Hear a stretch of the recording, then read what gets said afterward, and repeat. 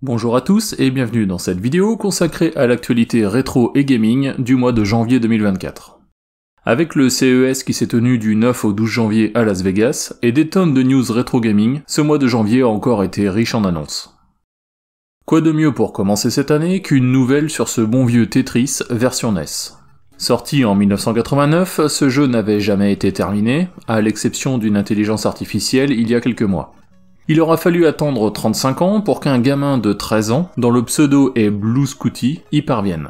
Pour terminer le jeu, il ne suffit pas d'atteindre un score de 9 999 points, ce que Blue Scooty réalise en seulement 6 minutes 30, mais de continuer à réaliser des lignes jusqu'au moment où le jeu se fiche complètement, ce qui arrive au bout de 38 minutes de jeu seulement. Il est à noter que cette vidéo n'est absolument pas accélérée, c'est du jeu temps réel.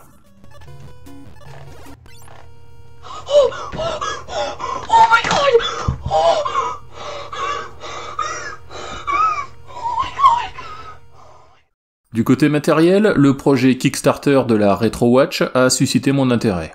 Comme son nom l'indique, il s'agit d'un projet de montre au format GBA, arborant un écran externe permettant l'affichage de l'heure et des notifications comme pourrait le faire une montre connectée, et de l'autre, une console munie de 2 écrans, d'une croix directionnelle et de 4 boutons. Mue par un FPGA, cette montre console devrait être capable de faire fonctionner les consoles 8 ou 16 bits.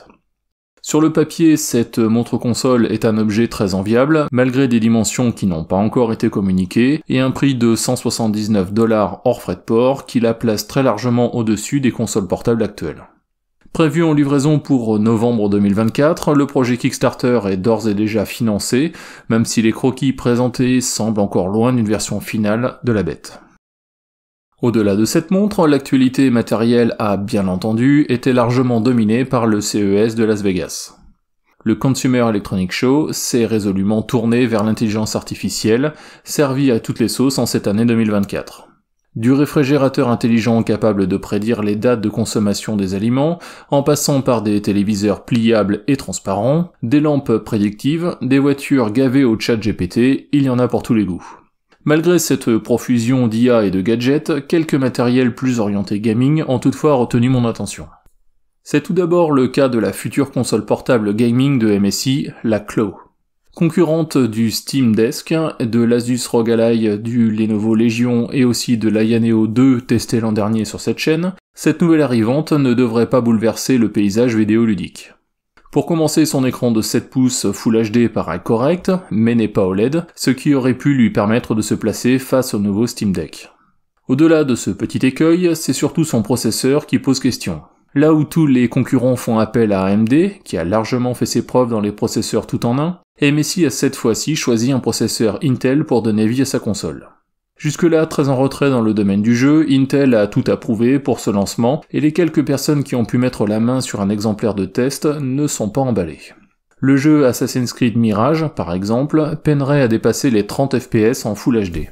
Donnons à MSI le bénéfice du doute, et donnons-lui encore quelques mois pour peaufiner les drivers de son bébé.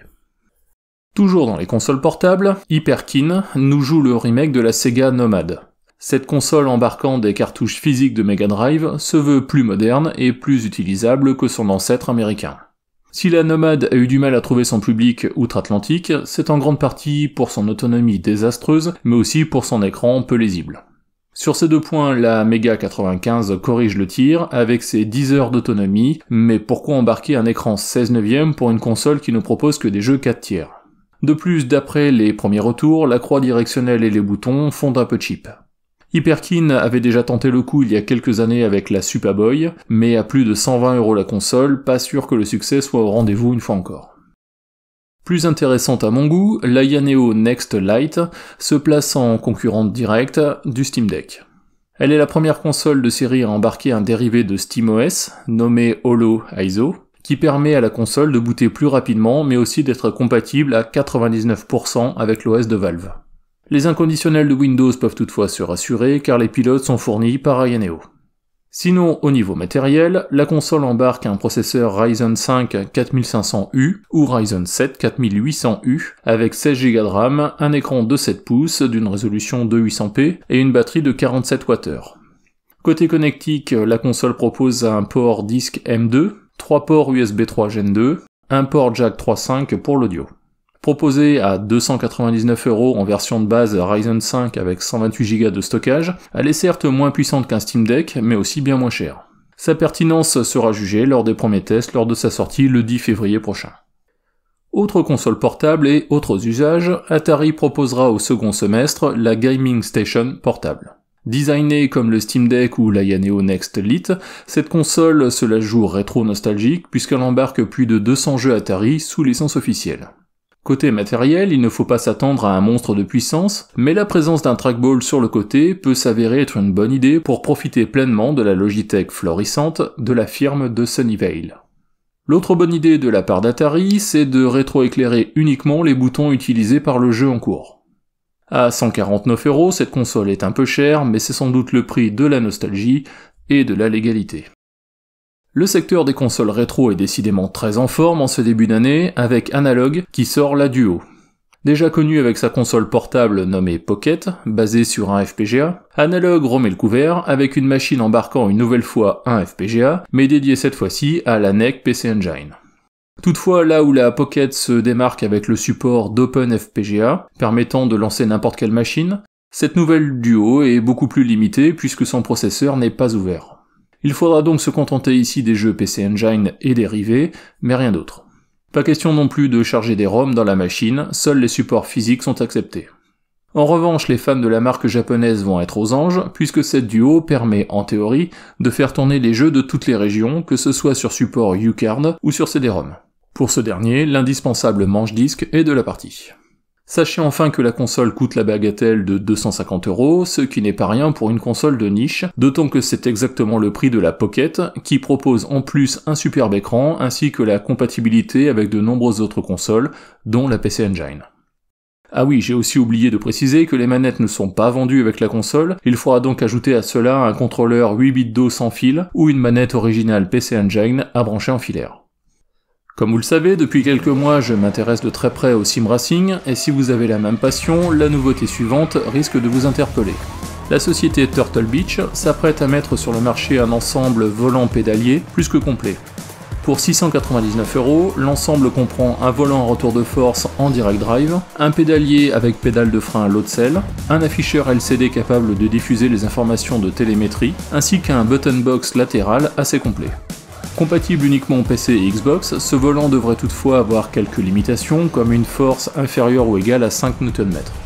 C'est aussi le premier volant de la marque, et là encore on pourra lui opposer la réputation de Fanatec ou de Logitech dans ce domaine.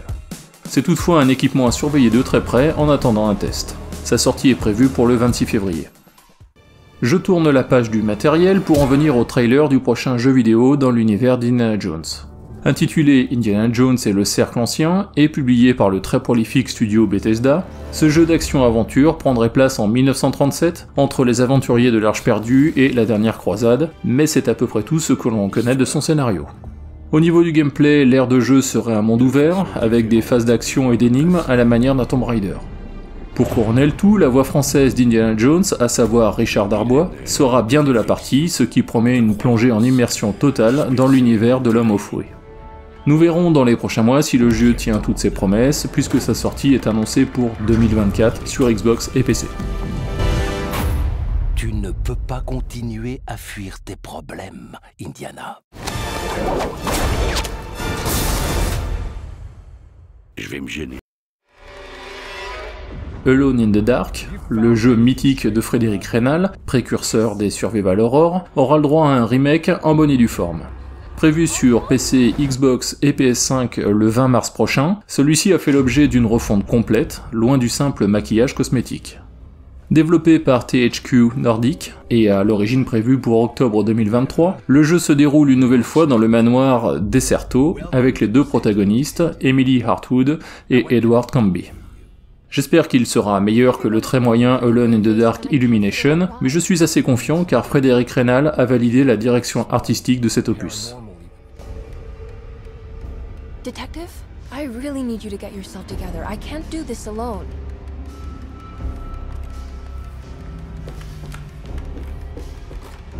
Emily's here. Voilà pour cette revue de l'actualité du mois de janvier 2024. En attendant le mois prochain, n'oubliez pas, comme d'habitude, le pouce vers le haut et le lien pour s'abonner si ce n'est déjà fait.